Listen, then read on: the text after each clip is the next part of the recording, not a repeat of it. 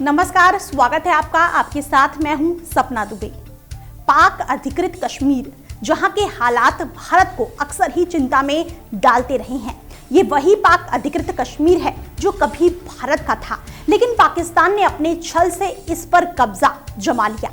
आपको आज हम इसी का इतिहास बताएंगे ताकि आप पाकिस्तान के काले कारनामों को जान पाएं कि कैसे उसने इस पर कब्जा जमा लिया और कश्मीरियों को आजादी के सपने दिखाकर उन्हें गुलामी की जंजीरों में जकड़ लिया।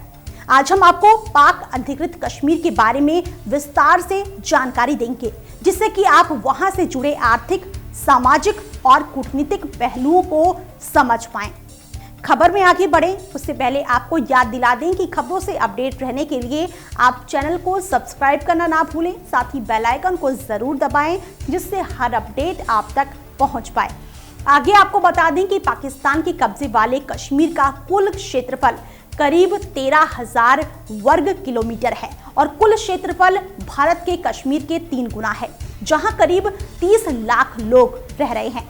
पीओके की सीमा की बात करें तो पश्चिम में पाकिस्तान के पंजाब और खैबर पख्तूनवाला से और उत्तर पश्चिम में अफगानिस्तान के वखन कॉरिडोर है, तो वहीं उत्तर में चीन के जिनजियांग ऑटोनॉमस रीजन है, तो पूर्व में जम्मू कश्मीर और चीन है जो मिल जाती हैं। पाकिस्तान ने इसे प्रशासनिक तौर पर 2 हिस्सों में बांट दिया है, आजाद कश्मीर और गिलगिट बाल्टिस्तान।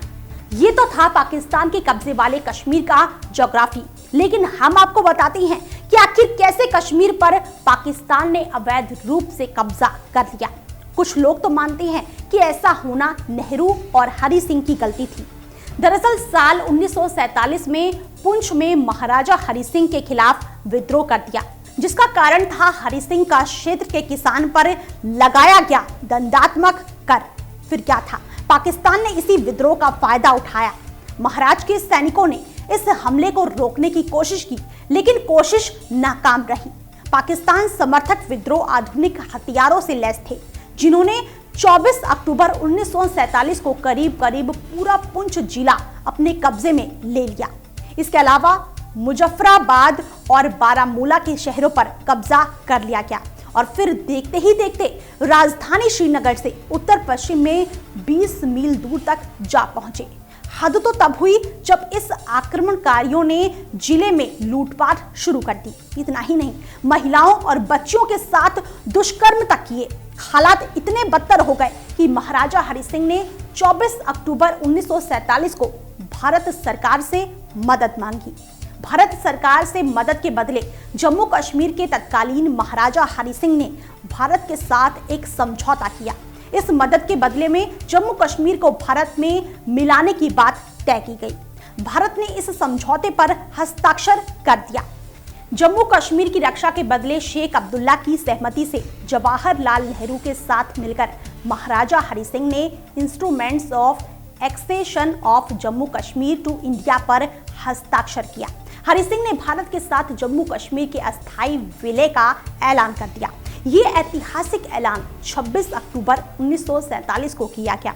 समझौते के बाद भारतीय सैनिकों को बिना देरी श्रीनगर लाया गया और फिर भारत और पाकिस्तान की सेना खुलकर आमने सामने आ गई। दोनों देश के बीच युद्ध के बाद यथास्थिति बनाए रखने के लिए समझौता किया गया। जिन जिलों पर पाकिस्तान ने कब्जा कर लिया उन्हें ही पाकिस्तान अधिकृत कश्मीर कहा जाता है और पाकिस्तान इसे आजाद कश्मीर कहता है। मौजूदा दौर की बात करें तो भारत सरकार ने पाक अधिकृत कश्मीर के नाम में बदलाव कर दिया और इसका नाम रख दिया पाक अधिकृत जम्मू और कश्मीर। भारत सरकार के द्वारा जम्मू कश्मीर विधानसभा में पीओके के लिए 25 सीटें सुरक्षित रखी हैं और संसद में इसके लिए 7 सीटें रिजर्व की हैं। जहां तक पीओके के संबंध में पाकिस्तान की नीति पर गौर करें तो वो इसके लिए दोहरी नीति रखता है। जहां एक और कब्जे के बाद भी पीओके को आजाद कश्मीर कहता है, तो दूसरी तरफ प्रशासनिक और राजनीतिक तौर पर इसके हर मामले में दखल देकर यहाँ के सामाजिक व्यवस्था में व्यवधान डालता रहता है। इतना ही नहीं, यहाँ बाहर के लोगों को भी बसा रहा है। पीओके में मूल रूप से इस्लामाबाद से सीधे प्रशासनिक कार्य संचालित किए जाते हैं, वैसे तो दिखावटी तौर पर और अंतर्राष्ट्रीय मंच को दिखाने के लिए पाक अधिकृत कश्मीर में विधानसभा की 49 सीटों पर 1974 से ही चुनाव कराए जाते रहे हैं। आजाद कश्मीर के लिए एक प्रधानमंत्री भी नियुक्त किया जाता है, लेकिन पीओके का संचालन और प्रधानमंत्री को हुक्म इस्लामाबाद से ही फरमाया जाता है। एक और बात जिस पर गौर करना जरूरी हो जाता है वो ये है कि पीओके या पाकिस्तान के बाहर चुनाव और प्रधानमंत्री जैसे किसी भी दावे को मान्यता नहीं दी गई है। आपको बता दें कि पीओके की राजधानी मुजफ्फराबाद है। 1947 में पाकिस्तान से हुए युद्ध के बाद कश्मीर 2 हिस्सों में बंट गया। पाक अधिकृत कश्मीर को प्रशासनिक तौर पर 2 भागों में बांट दिया गया, आजाद कश्मीर और गिलगिट बाल्टिस्तान। अब अगर इस पहलू पर गौर करें तो इनमें से एक भाग गिलगिट और बाल्टिस्तान को पाकिस्तान पहले नॉर्दर्न एरिया कहता था। इस भाग का प्रशासन संघीय सरकार के तहत चलाया जाता था और इसके लिए मंत्रालय का भी गठन किया गया था। पर 2009 में पाकिस्तान की संघीय सरकार ने कुछ बदलाव किए और यहाँ एक स्वायत्त प्रांतीय व्यवस्था बना दी। इस बदलाव के बाद यहाँ की सरकार एक प्रधानमंत्री की जगह एक मुख्यमंत्री चलाता है। यहाँ की अपनी असेंबली है जिसके लिए 24 सदस्य निर्वाचित होते हैं।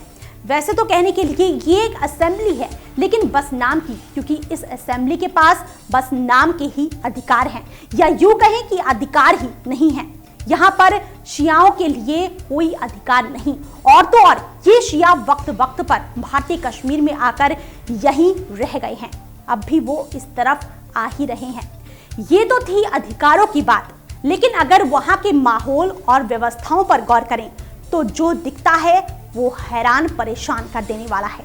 अगर पीओके को आतंक का ट्रेनिंग स्थल कहा जाए तो गलत नहीं होगा। सिर्फ हम ऐसा नहीं कह रहे, बल्कि अंतर्राष्ट्रीय मंच पर ये किसी से छिपी नहीं है। ये किसी से छिपा नहीं है कि पाकिस्तान ने पाक अधिकृत कश्मीर को आतंकवादियों के पालने के लिए इस्तेमाल करता है।